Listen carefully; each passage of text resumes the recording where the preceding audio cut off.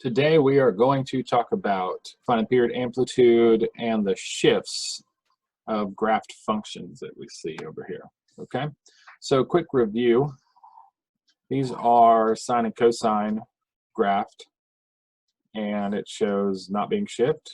They start with an amplitude of 1 each and a period of 2 pi, and you can tell that because like this one reaches same point here. These are maximums in between it if it's cosine. Sine's a little bit easier, I think. It starts here at the midline, it goes up and back down, it hits the midline for the second time again here to find its complete period. After that, it'll repeat itself and look the same. Okay? Because we're going to use these points, especially this one with sine, to figure out where it crosses the midline and goes up to help us figure out the horizontal shift. Vertical shift isn't too bad because we can find that point and figure out how far it's counted down. But we're going to do that with these three right here. We'll do each of them on its own slide. Okay, so let's go ahead and jump right into this.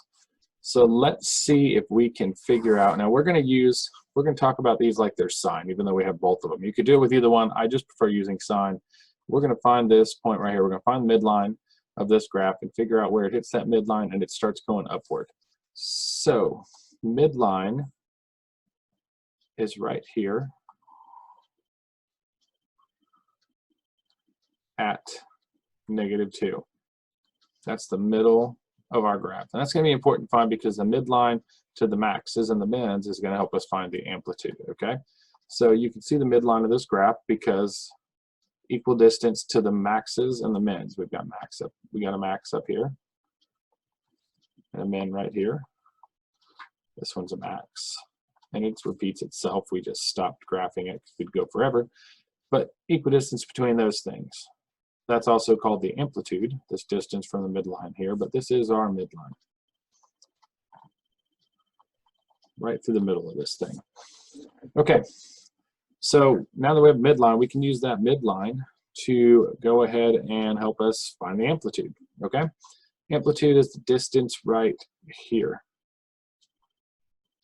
So from -1, that's a distance of 1. Now since amplitude's a distance, it's always going to be a positive number. So this amplitude hasn't been changed. This has an amplitude of 1. All right, let's see if we can find that period from this. And you can see that this is 1 everywhere. It's 1 here, it's 1 here, and it's 1 here. All right, let's see if we can find the amplitude. And I'm going to use the box tool here to draw a box around this thing, see if we can see the whole thing. So we're going to try to find a point to start this at, and we're going to treat it like it's sine. So we want a spot that hits midline and goes upward. That's right here. We're going left to right, find the first one. Okay? Now, that point should be over here at 0, 0.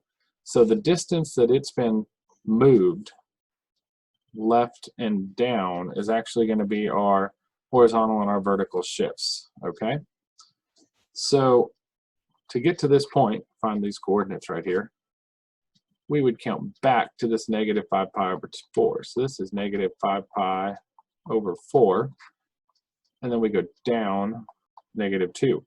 These are the horizontal and vertical shifts. This point should have been up here. That's where it should have been to start. So the horizontal shift, horizontals left and right, we're going to say this went, change back to blue. We're going to say this thing went, how far? It went left. So let's say it went left. So this went left 5 pi over 4.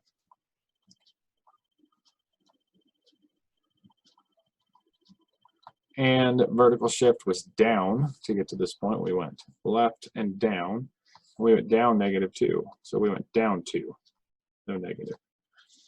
So those three aren't really that bad. You can see those pretty quickly. Now let's deal with this this period aspect. So it starts right here. I'm going to draw a box around this thing. And what we want is we want to go all the way to where it hits that graph or that midline again, second time. So this little box that I drew right here, this is one period of this function. After this, this part is a repeat of the first part. This part right here is a repeat of the bottom, but this is one period of this thing. So the period is from, we know this is -5 pi over 4, and this is 3 pi over 4. Now we need that distance, so we need to know, we just need to add those two together, and we need to negate the negatives. So 5 pi over 4 plus 3 pi over 4, think of those like x's on the top. That's 8 pi over 4, meaning that this is still 2 pi. So the period of this function is still 2 pi. All right, let's try another one. Okay, so this one's going to be a little bit more difficult because I only have one setup of this thing, and because it's not showing it's repeating, it looks a whole lot more like cosine than it does with sine. So let's treat this one like sine, but let's still find the middle of it first. So here's a bottom, here's a top, halfway in between those things is right here. So that again is our midline. And that means to the max and the mins, that distance is even, and that is going to be our amplitude.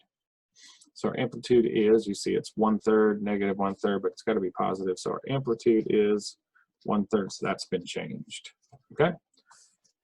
I'm going to erase this edge over here because this one's a little bit different than the first one because this only shows us one period of this, and we're going to need to really look at this like it's cosine, meaning that I'm going to draw a box around this. This right here, what's given, the whole thing is one period of our function. There's nothing extra like there was in the first one. So to find the period, we just need to look at these two endpoints and go from there.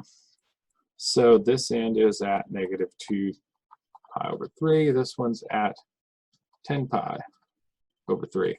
We can put those things together to find that distance. So 2 pi over 3 plus 10 pi over 3 is 12 pi over 3. 12 divided by 3 means its period is 4 pi. So that is a 4 pi long graph. Okay? Now to find this phase shift, we've got to come down here and we've got to find the coordinates of this minimum point right down here. Because this point, if we, this is weird, this one should be at 1. But if you notice, this has been flipped. So the other thing I got to put with this is this thing's been flipped. And we're going to talk about what the equation would look like tomorrow, what it'll be if it's flipped, okay? But let's find this point. So this is negative 2 pi over 3. And it's down to negative 1/3. So the horizontal shift of this graph is negative 2 pi over 3. So it went left 2 pi over 3. Now, we want to say that, well, that point should have been, if we reflect this over, it should have been down here at negative 1, but it's not. It's at negative 1/3. Oh, that should be a vertical shift, but this one's actually not been vertical shift. And the best way to look at this is look at this midline. This midline is at y equals 0. Anytime the midline is at y equals 0, there is no vertical shift. The reason this point is changed is because the amplitude has been changed, okay? So another way to find vertical shift is to look at the midline and see if it's been moved from 0. All right, last one. Last one. So we're going to use sine again here. So midline of this graph, this bottoms, these minimums are at negative 4, these maximums are at 4. Halfway in between that is at 0. So that actually tells us two things right off the bat. Excuse me. Since the midline is at y equals 0, we just learned, well, that means that there is none or no vertical shift there. And it tells us the amplitude. From the midline to the top is 4, midline to the bottom is 4. So that means this thing is going to have an amplitude of 4. Now let's go through and see if we can find the period of this one. So we're going to treat it like sine. We're going to look for this point right here at 0, 0. And there's a point at 0, 0. And it goes up. So we can use that as the beginning of our period, and we need to trace it out until it hits this thing again.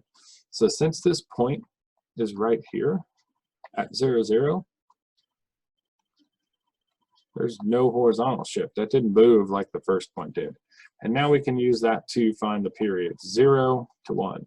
So 0 plus 1 is 1. This one is a period of 1. We made pi disappear this time. And that's all there is to it.